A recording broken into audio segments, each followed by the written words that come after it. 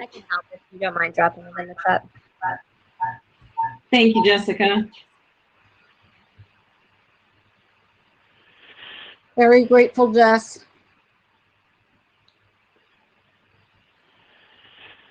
Maybe a drink next time we all can get together. What was that?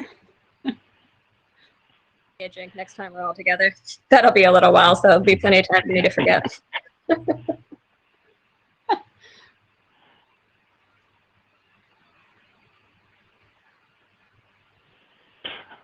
Okay, should we get started?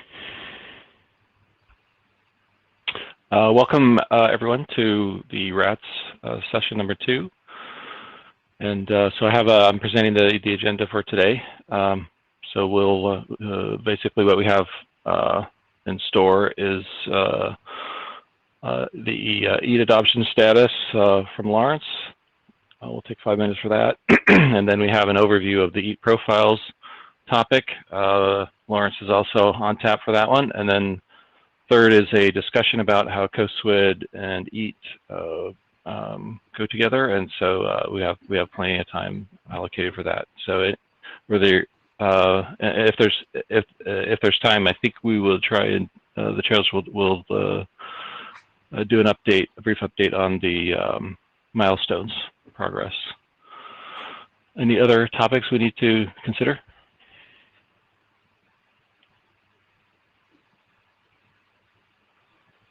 Okay, if not, then we will dive right in. So, Lawrence, I think you're up next. Are you here?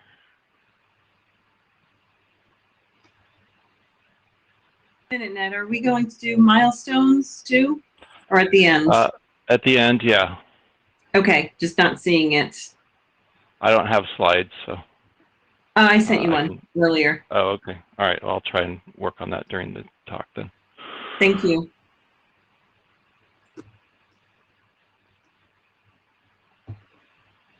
Okay, let's see.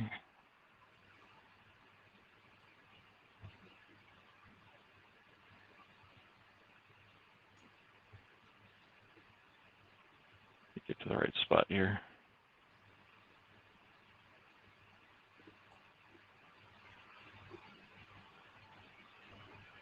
Lawrence, you're up.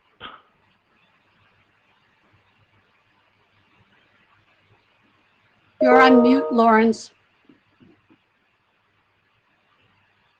Lawrence, you're still on mute. Okay, can you hear me now? Ah, yes. Yeah, okay. Separate for video and audio. Okay.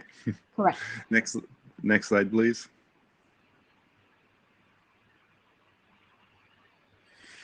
So this is the same slide from last time. Just a list of the things that I think should be in EAT, the set of claims that we should be having in EAT. That's kind of in the EAT draft. That's the ones we want to standardize for the EAT draft. It can be lots of claims after this, in the registry, but this is the plan. What I'm planning for to complete the EAT draft. Next slide.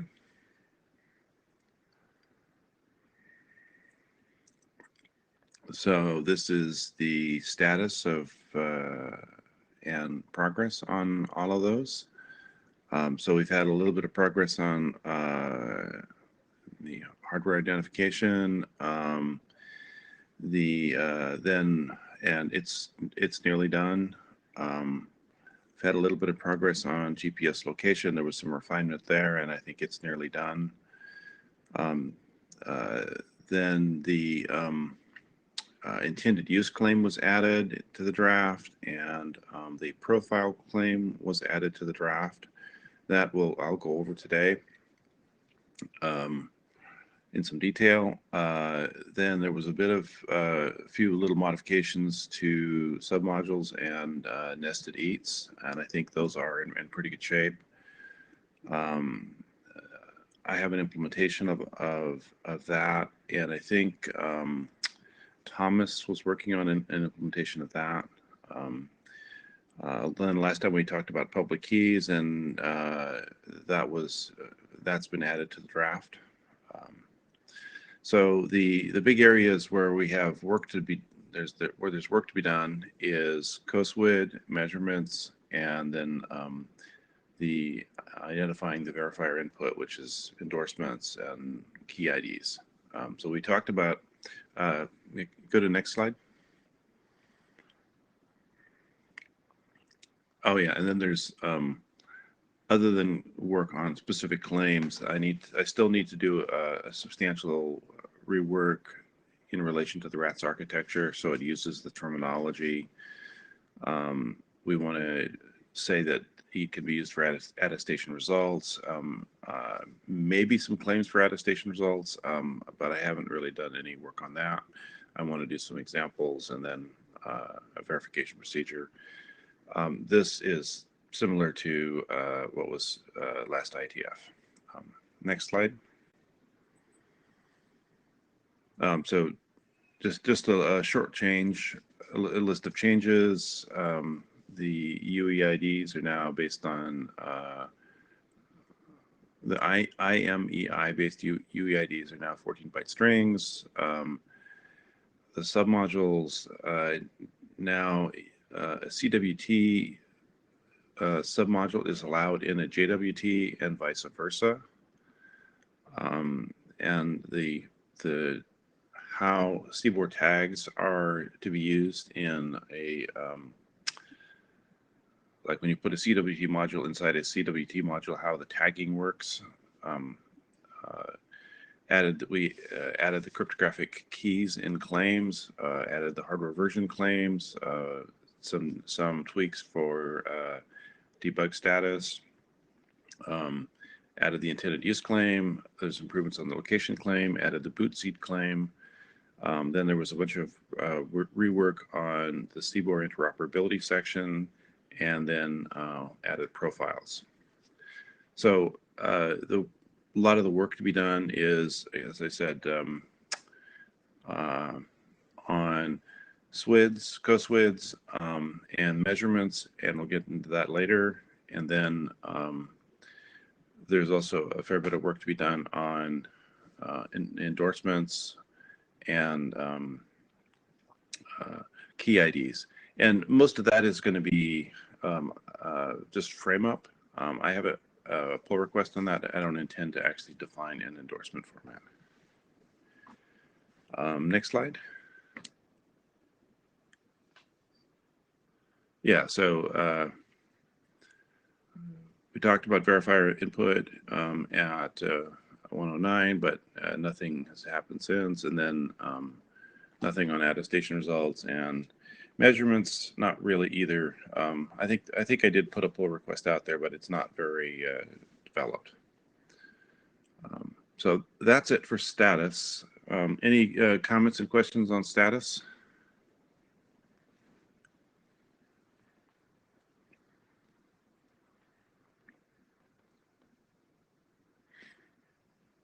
Okay. If not, then let's keep going. Next slide. So this is about the profile claim. Next slide. So this is, to me, this is about actually getting to interoperating implementations of EAT. So the EAT protocol, or EAT, describes, it's got a lot of options. I mean, and it has all these options to work in lots of different environments and lots of different use cases. Some of them have to do with whether it's constrained device. Are you using this on a constrained device, or are you using this to report results between cloud services? For example, for the two extremes, something and two things that are very different. So constrained device, you want very few claims, very small representation. Moving data between cloud services, you probably are happy with that JSON, and you might have lots and lots of claims. Some of this optionality is inherited from COSE and from CWT. You know, for example, COSE supports lots of algorithms, and you need to narrow down to pick, you know, one or two algorithms or a set of algorithms somehow, so you actually have interoperability. You know, CWT claims are all the claims are optional. There is no round trips in EAT. So negotiation is not possible. I mean, I guess you could add it, but in some form, but we're not specifying anything there. So we have this set up so that two implementations of EAT may not necessarily interoperate. One could be using JSON with the other CBOR. They could have different means of identifying the verification key, signing algorithm. They could choose different signing algorithms. They could choose different variants of CBOR encoding format, like definite length versus indefinite length. So, yeah, next slide.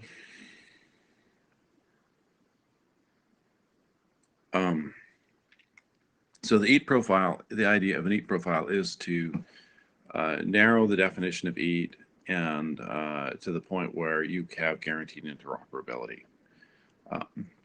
It kind of surprises me that we don't do more of this, particularly around COSE and CBOR, because like a lot, the characteristics of the issues here would arise for any protocol using COSE and CBOR. And this is IETF, so I think we are after interoperability.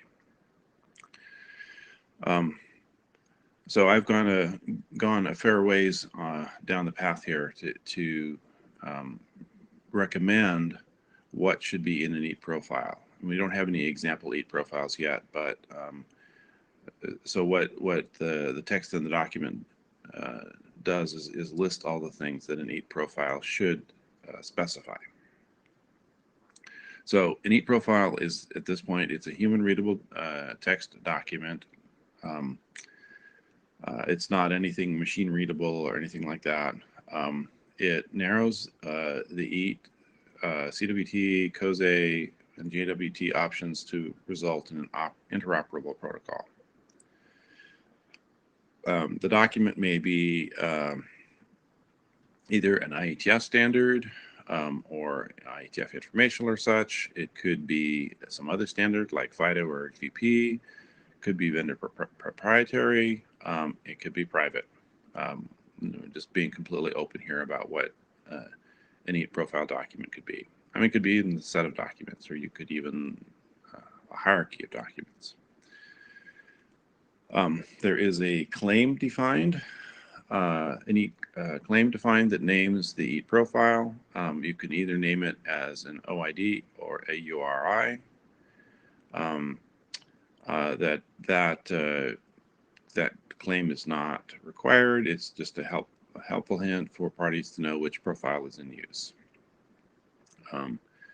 And the format of the name document is text. It's not standardized for machine processing. So the profile addresses four major things: serialization format, protection, like whether the EAT is signed or encrypted, or signed and encrypted, or not protected.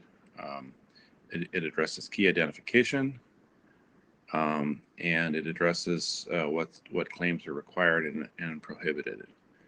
And after yesterday's discussion, I'm actually thinking freshness and replay protection need to be added.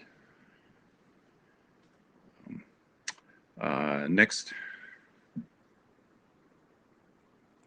So serialization, so it says whether you could use CBOR or JSON or both, and how the nesting can work. Like if your main format is CBOR, is it okay to nest a JWT or JSON token in the CBOR, or vice versa? For CBOR, it narrows whether you're using definite and indefinite length for maps and arrays and strings. And it says how to use CBOR tags. Next slide. I should say the profile says this is a topic you should address. It doesn't address it. The discussion of profile in the EAT document just says these are things you need to think about when you're making a profile. So it says your profile should say what kind of protection you're requiring, whether it is signing, encryption, MAC, and then there are the unsecured options for UCCS and then unsecured JWTs. Profile should indicate,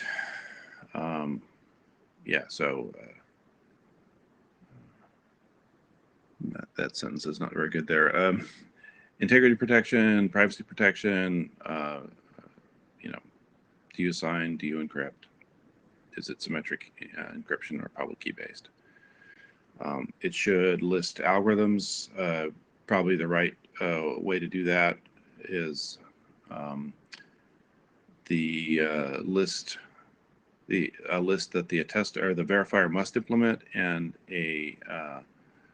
then the tester can pick one of those or one or more of those. Okay, screen share is back. So the profile should be tight enough that there's an interoperability guaranteed when both the attester and verifier implement it. Next slide.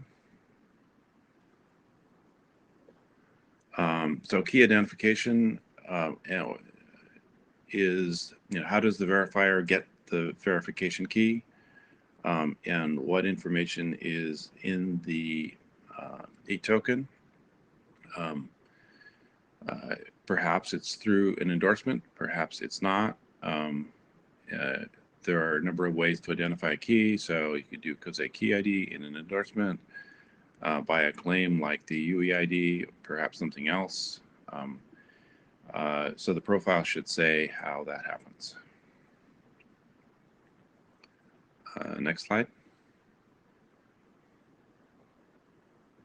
And then last, since the claims are optional, a profile probably is going to require some claims to be present and say verification can fail if not.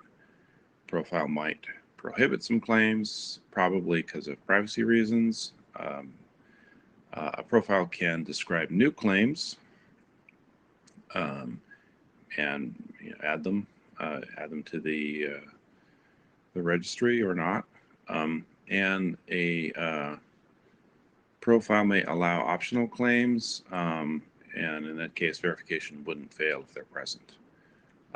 I also should have added here, a profile can narrow a claim. So, you might say, or refine a claim. So for example, in the location claim, some things like accuracy are optional. So a profile could say that they are not optional. Most claims right now are really simple. I think when we get to the COSWID, that's a much more complicated thing. So I believe that is all I had. Let's see, go for next slide, please.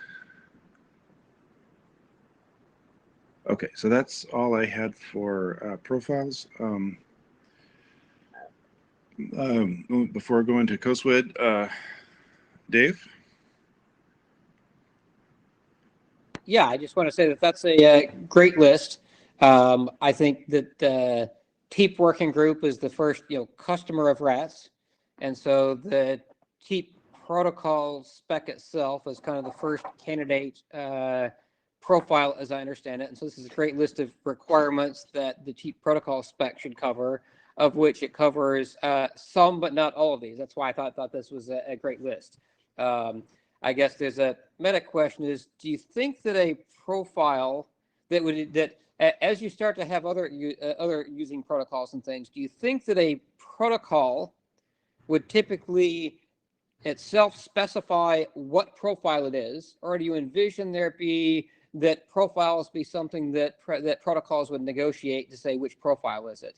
I'm asking what you think is the more typical use case. I think in TEEP, we probably just want to nail the TEEP protocol itself is a profile. There's only one set of things, and the TEEP protocol itself specifies it. But do you have any guesses as to what you think is typical for what documents might use profiles and how many? Not, I don't have much to say about that actually. I mean, it seems like it could could vary Yeah, a hey, lot by context. Yeah. Hey, it's Gary here. Sorry, I missed I couldn't do the raise hand feature. So Dave, I can say at least in our internal production, we're running into situations where it has to be essentially some sort of declarative measure. It can't be negotiable. And so that's particularly in the case where an EAT is being used in the context of a device that lacks IP connectivity. So you can think of maybe a device that's listening on the Bluetooth low energy advertising channel, but and is requested to send back up an attestation through a unicast connection. So in that case, we just don't negotiate. We need to get that attestation up right away. It's assumed that the relying party would be able to process whatever profile would be declared inside of the EAT payload. Gotcha. Yeah, that's actually, yeah, you're getting to the point of my question because Lawrence, you'd mentioned that a claim can specify in the EAT which profile the EAT was generated by, right? But of course, there's no negotiation mechanism, and so would a protocol ever need something in another direction that would need to declare what set of profiles that are expected? Or would a protocol just mandate, nope, here's the protocol. You better be passing an EAT that has the following profile claim. And if you narrow it to only one, then is the profile claim actually a required claim, or kind of profile say that that claim is absent because the protocol is only allowed to pass EATs that have a particular profile? I think that's kind of the other half of the question. Okay. I mean, I would imagine all those things are possible depending on, like the FIDO protocol or the whatever GP is using or TEEP is using or so yep. Sounds what good. I I think I will take this as to file an issue against the TEEP protocol spec to put in text to make sure we match all of the set of requirements for a EAT profile. That's what I'm going to take away from this, which is why I thought it was a great list. So thanks. Yeah. What makes me think maybe we should add some text that says, protocols that carry EATs, can choose between locking down to one profile, having a profile negotiation if the protocol can support it. I mean, I'll probably propose some text for that and see how it flies.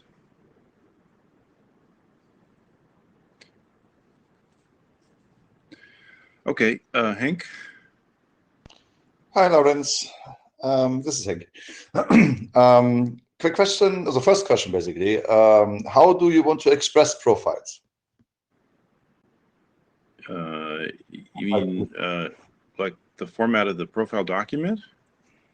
Yeah, if I want to create a profile, you say, for example, said you could make a map member more narrow and therefore mandate its existence instead of optional existence. So I want to do that now. How do I express that?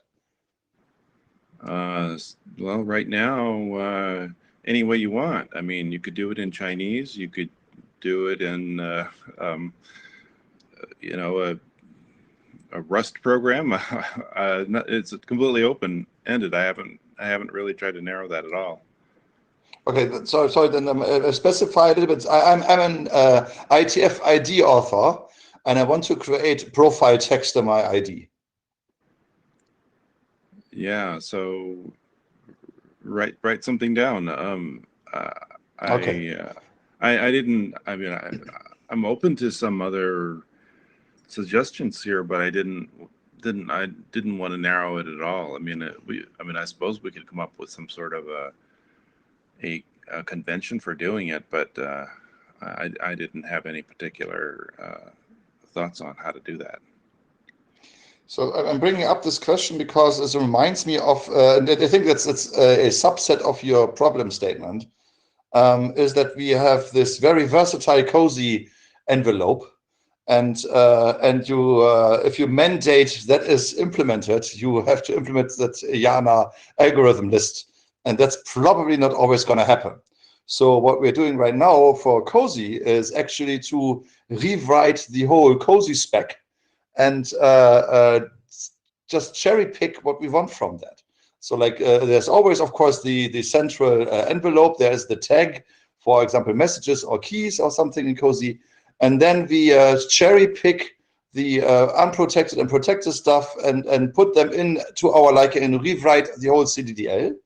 And if I look at this, like from your point of view now, I would say that's a profile for cozy use. You could restrict the number of the accepted values for algorithm IDs. You could say, I only want these two optional and that one mandatory and nothing else and such. So I think if you rewrite that somehow is already a profile, at least for the scope of cozy. Would you agree, or is there something that I'm missing? Yeah, I suppose you could do it that way. I was not the way and I think I've seen that in the COSWID draft. For example, I thought that was a little. I mean, that wasn't my initial thought to do it. My initial thought was just to say, you know, use text to describe how you want COSE to be used. And I mean, my thought also is, you know, COSE should be, for a lot of these things, you should allow this variety of signing and encryption. I mean, like CWT does.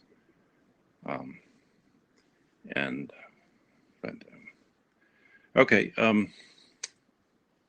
I don't know, Thomas. Maybe there's some middle ground here. Sorry, step in here just for a second now. So I think writing something in English text when you can have a formal language is not a good idea anymore, because then imprecision kicks in and interoperability lacks and suffers at some point, maybe. And if you're very precise in what you expect to be in the message, I think there's nothing wrong with that. Yeah, okay, sure.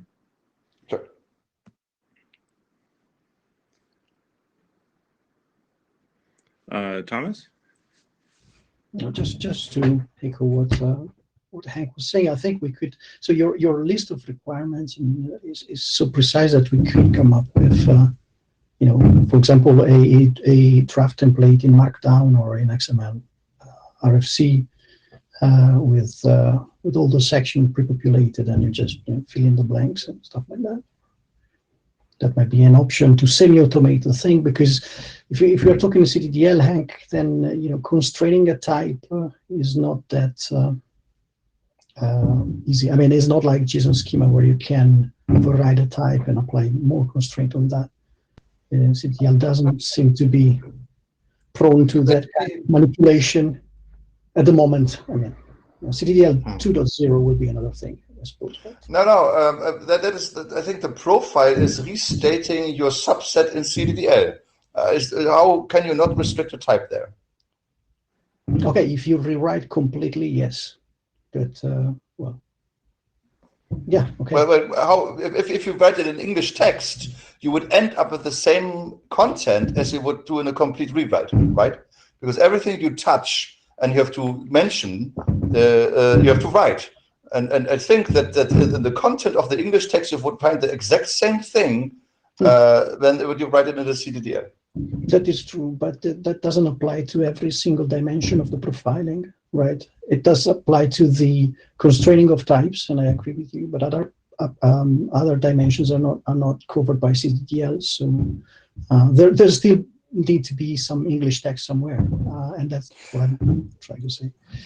I suppose that's correct, because I'm just talking about cozy. I'm not talking, for example, about how to deal with the freshness overhead that is not expressed in IETF, for example. Yeah, of course, that is not. Yeah. Okay. Thanks. Yeah, Hannes? I would like to disagree with Hank here, because having looked at this from a deep point of view, as we discussed in the earlier session today, like it's these simple things of saying something like, we don't use encrypt 0, but only use encrypt. I don't think it needs any CDDL to do that. I think we are sort of doing overkill here. It's just like I had to realize working on the COSI spec, and the same applies to what Lawrence said to other specs as well, is that some were not meant to be limited in any shape or form. They just specified everything that came to the mind of the author or the working group at that time. And so instead of listing these 20 options, you say, like for that profile, you just use one. So, sorry to kick in here again, but yes, exactly. You say that. You say your start message is just one type, and you write COSI, and then you go from there, COSI 0, for example, and you go from there. I think even in CDL, it is like 25% the number of characters than in English text, because you have to write, and in your message you must, and then you can also write in CDDL start message equals COSI 0, and you have your rule. That's done. So Yeah. I still I see understand how your excitement for CDDL, Hank, but I Yeah. think you're going overboard too. here. I think what Lawrence is saying that, hey, we have too many options. We somehow need to sort of reduce it. And if you write the profile and use CDDL to describe what you want an implementer to do, then that's fine, maybe for you and maybe not for someone else. I don't think we should mandate it has to be done in CDDL. No, maybe not mandating, but I think for the initial exercise, we should put it side by side and look at both versions and see how their expressiveness is okay or not. How does that sound?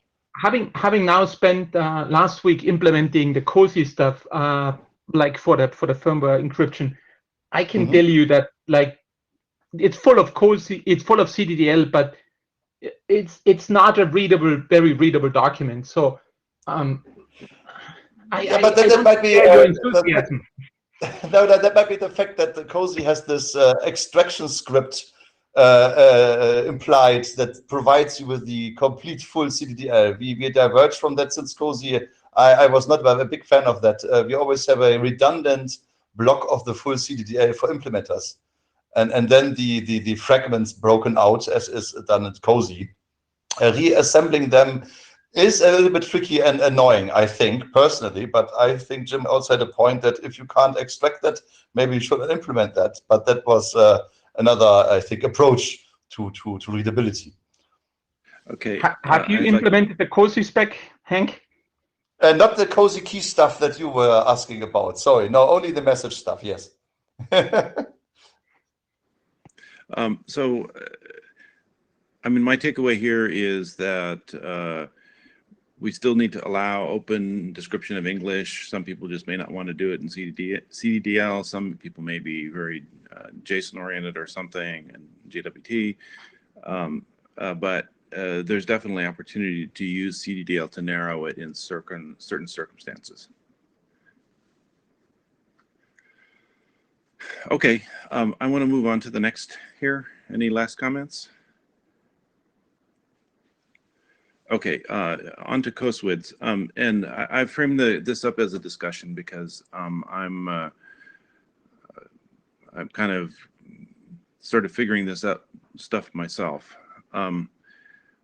So my slides are mostly framing, and I haven't written any text yet or anything. So my first thought here is that there's actually kind of two forms of descriptions of software that we're talking about. So there's descriptions of software that were created outside the device, and then there's descriptions of software that were created on the device. So the ones created outside the device are likely signed by the manufacturer. They are put on the device during software installation. I think this is sometimes called a manifest. And I believe these should be relayed to the verifier. So relay, I use the term relay to sort of say that this is, you know, the attester is not creating the thing. They just taking what was installed, copying it into a claim and sending it to the verifier. And it may contain references for measurements. Whereas a description of software created on the device, it's run by or made by code running on the device. It's going to be signed as part of the attestation. It might contain measurements. It's kind of an on-the-fly inventory of software on the device. So, and this is, my interest here is in, what claims go in an EAT. So there's uses for SWIDs and co-SWIDs and lists of software outside of these two, but I'm just focused on what's going into an EAT that's going from an attester to a verifier.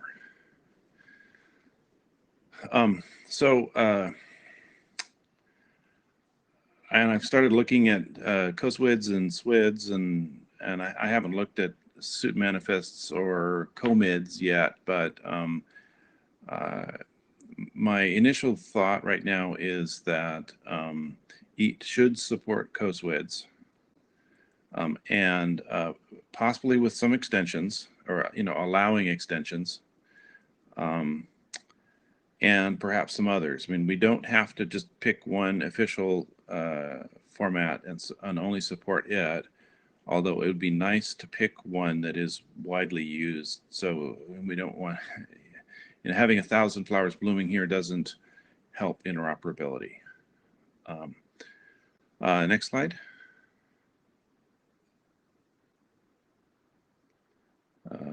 Next slide. Can you still hear me? Okay, reconnecting. All right.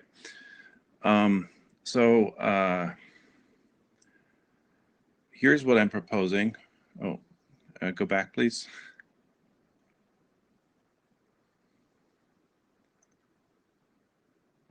There we go. Thank you. Is that EAT must be able to carry co-SWIDs.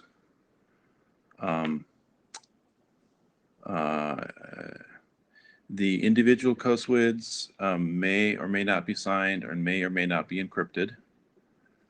So you could have unsigned co-SWID, or you could have signed co-SWIDs. Whether you do that depends on, you could say that in a profile, or how, how that particular system and that particular software base is working. I'm hoping to avoid XML SWIDs, because that would be another format that the verifier has to decode. I would hope that the signing and encryption format for co-SWIDs is COSE, basically done the same way that it's done for CWT. And the cool thing there would be to be able to reuse the code that processes signing and encryption of CWTs for processing, signing, and encryption of co-SWIDs. And then whether they're a payload co-SWID or an evidence co-SWID, which I believe is, my understanding is that the two things I distinguished at the beginning, whether it was created by the software creator, that's a payload co-SWID. If it's created on the device, it's an evidence co-SWID. I might be wrong about that, but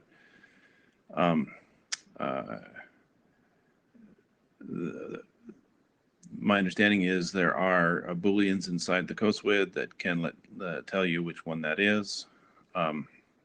So then I've got 3 options for how to put co-SWIDs into EAT. We know we have to carry more than one co-SWID because there's 2 different types, and if you're putting co-SWIDs on that represent installed software, there could be many software packages installed, so you can't just have one co-SWID to describe it all, because those were created independently and signed independently, so you have to relay all of them. So one option is a single claim called co-SWIDs, and it's an array, and then you look inside the co-SWID to figure out what they are. You just pile them all into one array. A second option is to just say you can put COSWIDs into EAT and then not create any claims at all in the EAT spec, and leave it up to profiles and other folks to define claims that carry COSWIDs. So this is similar to how the public key text ended up in EAT. A third option would be to have a single claim for the evidence COSWID, and a single claim for the payload COSWID, and then handle multiple COSWIDs via EAT submodules. So if you had 3 installed packages that you wanted to relay the COSWIDs for, you'd create 3 EAT submods, one for each of the applications there. Can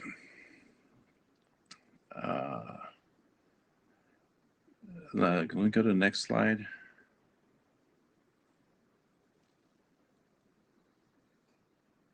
Okay, yeah, so go back, please. I've also been having a side discussion about COSWIDs. They're somewhat file system oriented, and seems like you could, that doesn't work for all devices. Seems like you could work around that by extensions. Another thing I thought that, in the phone world, a lot of the software is in form of applications. So COSWID doesn't have anything that describes an application, that is specifically isolated and separate from other applications and has its own kind of identity. And I think TEEs also have a strong notion of applications for installed trusted apps. Okay, so that's about all I had to say. Dave?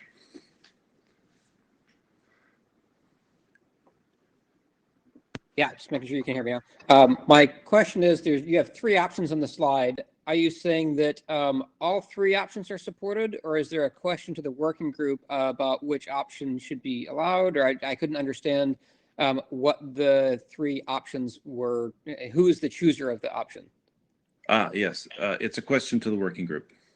Okay. In that case, to the extent that I understand it, there may be things that I didn't quite follow, but I think option number 3 is probably the cleanest.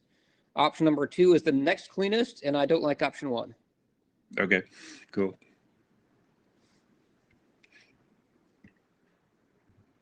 Hank? Hi, this is Hank.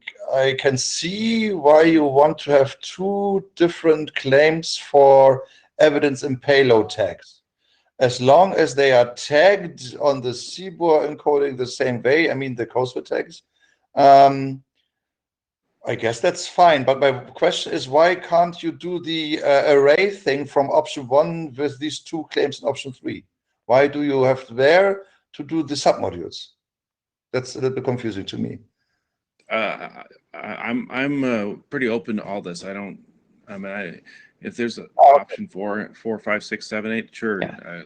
Let's go for it. Discussion.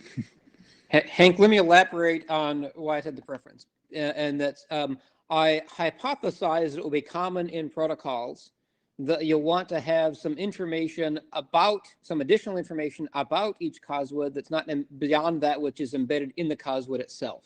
Okay. And so in option number 1, you can't do that without having something like a parallel array or duplicating the COSWID into some other structure too. So that's why I don't like option 1, is if you need to pass anything that's on a per COSWID basis, you can't do it in option number 1 without doing option number 2 or 3. So that's why I said I didn't like number 1. Okay. If you only have the list of COSWIDs, then it's all the same, right? It doesn't matter which option you choose. Option 1 is fine. But I hypothesize that it is common to have additional information you want to pass about each COSWID. And in that case, I believe you have to go to option 2 or 3 anyway. And between those, I'd say, if this is the part that I'm not sure I completely understood the difference between 2 and 3 correctly, but I think I did. And option number 3, you're doing the metadata about each coswood, 1 per submodule. And so it's like, nesting EAT structures and things where each coswood could have an arbitrary set of claims with it. That's what I think is the cleanest way to do it. I think that matches well to things like layered attestation, where you have a coswood per layer, for example, and you have a set of claims about each layer, and you can reuse the same claim IDs about, I don't know, timestamp or time since boot or time since that software has been running, things like that. You could reuse the same thing in each submodule. I think that would be fine. That's why I think 3 is the cleanest, if I understand it right, just because you can embed arbitrary metadata along with each coswood in option number 3. I think if I understand right, you could do that in 2 as well. But the letting profiles define specific claims came across to me as harder than reusing standard claims along with each one and bundling it somehow, which is how I interpreted option 3. So that's why I said my preference is to say you can have multiple of them, and with each coswood, you can have another set of EAT claims, including standard ones or private ones or whatever else. And my understanding is submodules let you do that already, and so that's the long reason for my preference for 3. Hopefully I got my assumptions right, but if not, then you can at least understand what my preference is and map them to something else, if that's option 4 or something. So Yeah, so I'm basically looking for input to go write some text on, so. And then we'll discuss the text. Yeah, okay, so I think sorry, may I interject, Lawrence, or is you? Yeah, just one more comment. I don't think putting the text in for option 3 precludes people from doing option 2. So go ahead. Yeah, Dave's elaboration on bundling a coswid with additional data on a per coswid basis, I think makes sense. Option 3 also disables you, prohibits you from using just a single claim. You have to know what you're doing. I think that's fair to say and fair to want, but now you can't mess that up. You can't place a payload coswid that's perfectly fine in a evidence label. I guess that's okay. But that is another threshold where you have to can make mistakes. So that's my only small issue with 3. I'm still okay with the evidence payload claim, because I think it's fine, because payload apparently is more on the RIM stuff that we are building with here with Thomas and co, and evidence is more on the EAT stuff, and it makes a lot of sense to say, yeah, this is not evidence when you put it into a EAT. That is, I think, really important. So yeah, I guess 3 is fine for now, and we can see how this works. Okay, Ned? Yeah, so coswid has a signature attached to it. EAT has a signature attached to it. We have a draft that describes how to do an unsigned EAT. Are any of these options, or all of these options, asserting or assuming that the signature component of coswid goes away? Or are we saying that they're nested signatures? Yeah, either way. So in all of these options, the coswid could be signed or unsigned. I mean, the evidence one is a little weird to sign separately. I don't know who would be signing that.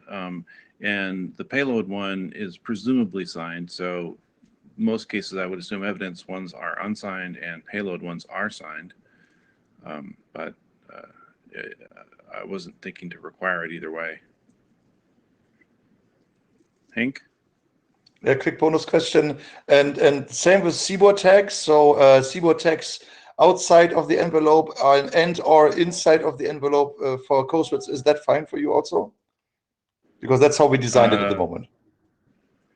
Yeah, I don't know. I don't know. I haven't thought about it yet. Okay, no problem. Thanks.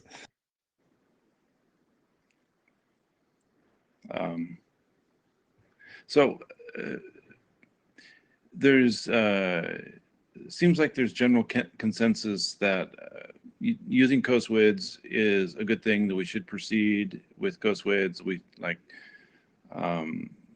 you know, co-mids or co-rims, or I'm not sure what all they are at this point, are not going to replace co-SWIDs in the long run. Is that right? Yeah, this saying, speaking to that. Yeah, that is correct. They are not altering them. The co-rim part extends a single item into a co-SWID, but leaves it a co-SWID. So, Okay. but the co-SWID can better reference commits that they can't do this natively. We would have a clunky structure. We want to do it with a neat, orderly structure. So there's a tiny extension to co-SWID with this rim stuff, but that's it. It's the same as before. And anybody want XML SWIDs?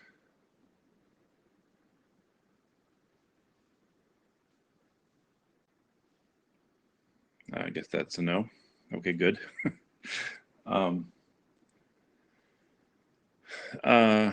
So I think the next step is for me to take what I heard here and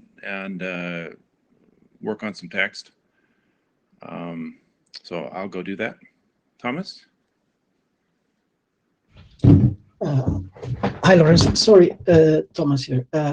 So your suggestion would be for a situation where you don't have a file system where to anchor your CoreSuites to define a CoreSuite extension to handle that, or I think that's one possibility. If that's you know, unworkable, or somebody comes up with, you know, some brilliant alternative to CoSWIDs for that, that could also be an option. I don't think just because we pick CoSWIDs, we're picking the one and only format for carrying, you know, software descriptions and measurements.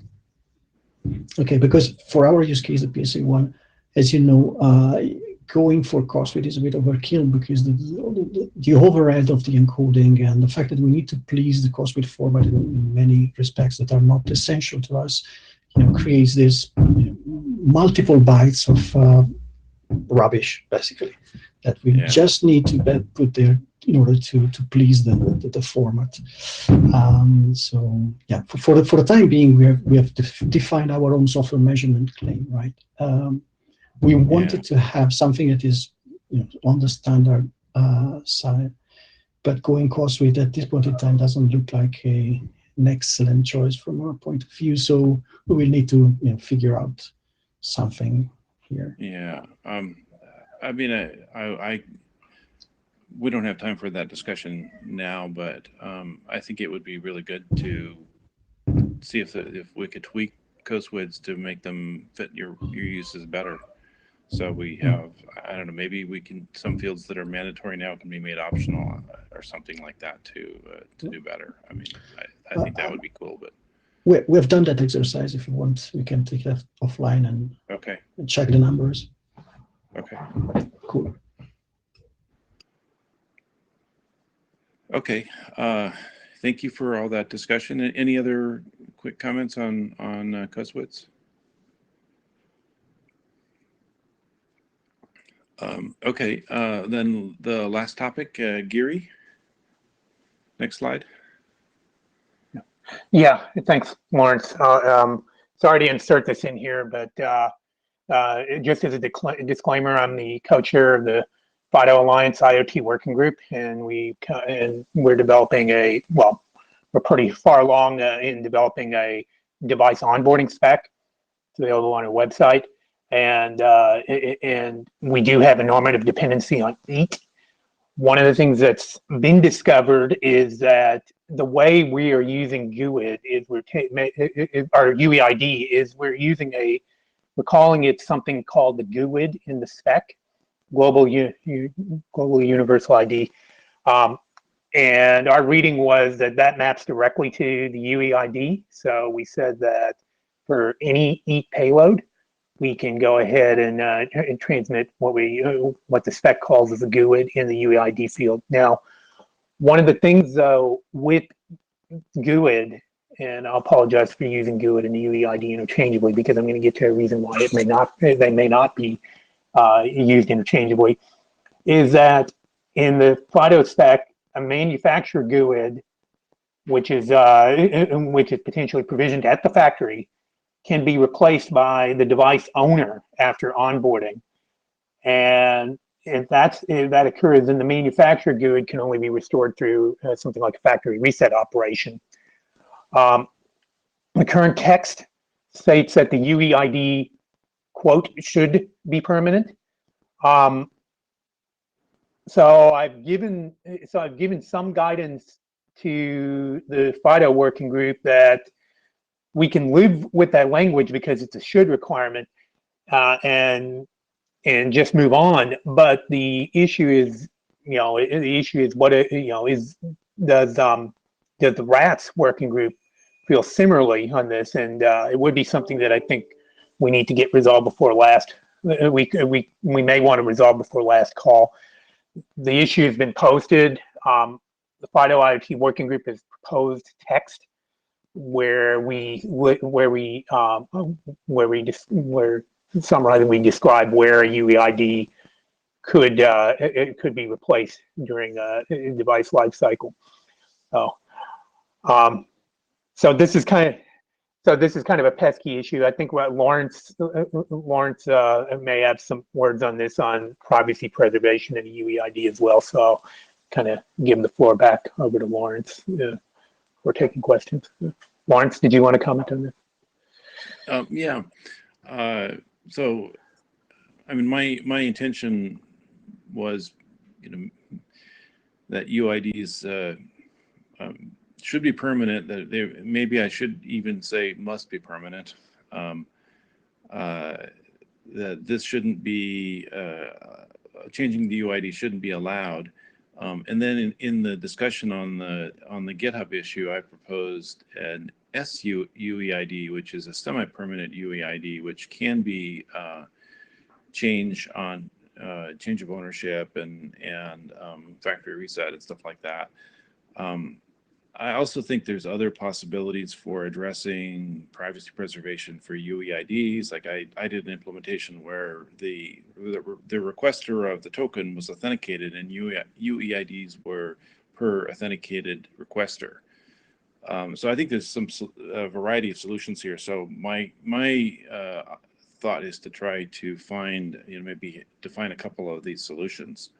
But I think this is still an open discussion right now, and I think we should have the discussion. Guy? Hi, Lawrence. It's Guy. I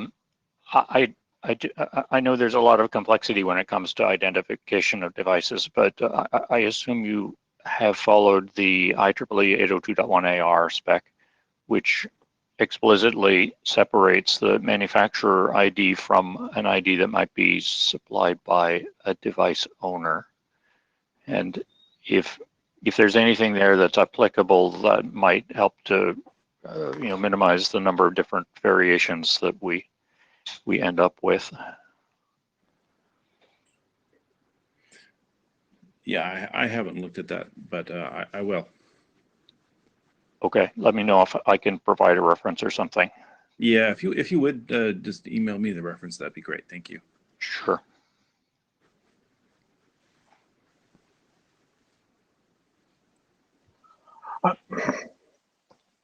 So just a time check. We're just a couple of minutes before we run out of here. Do you have other slides or other topics? No. This is the last topic. No. So at least on this issue 98, what should I take? I'll ask the chairs. What should I take back to FIDO? Can we live with the spec as it stands, or does or do we need to go offline and revisit and address this before last call? Well, I mean, I think we have a little time before last call. I don't anticipate it happening that soon. So. Oh wow, okay. It's holding up the FIDO spec progress. That's what I'm at. I should have probably mentioned that. So, I think if we're saying that we don't, if the group wants us to go and revisit this, then I'll say that the FIDO spec has to, the use of the FIDO spec for UEID may have to be revisited because the RATS document may evolve. The EAT document may evolve. Yeah. Yeah, I see. So you're actually talking about the last call of the FIDO document, not the last call of the EAT document. Well, it's essentially both. Yeah. Okay. But yeah. I mean, I've been through this before where we've, where in other standards bodies where we referred to an ID and and made it normative, and then the RFC ended up with substantial changes. So I think at least for FIDO, we'd like to avoid that. So because then we would have to reopen the spec and change it. Okay. It could be All right, that. so we'll try to address this sooner rather than later then. Okay. Okay. Okay, guys, we're out of time. So my suggestion would be to take this issue on the mail list, Lawrence, Mhm, right? yeah. Because minimally, at least, there needs to be clarification on how and the intent of the IDs that we're specifying in the EAT draft. Yeah.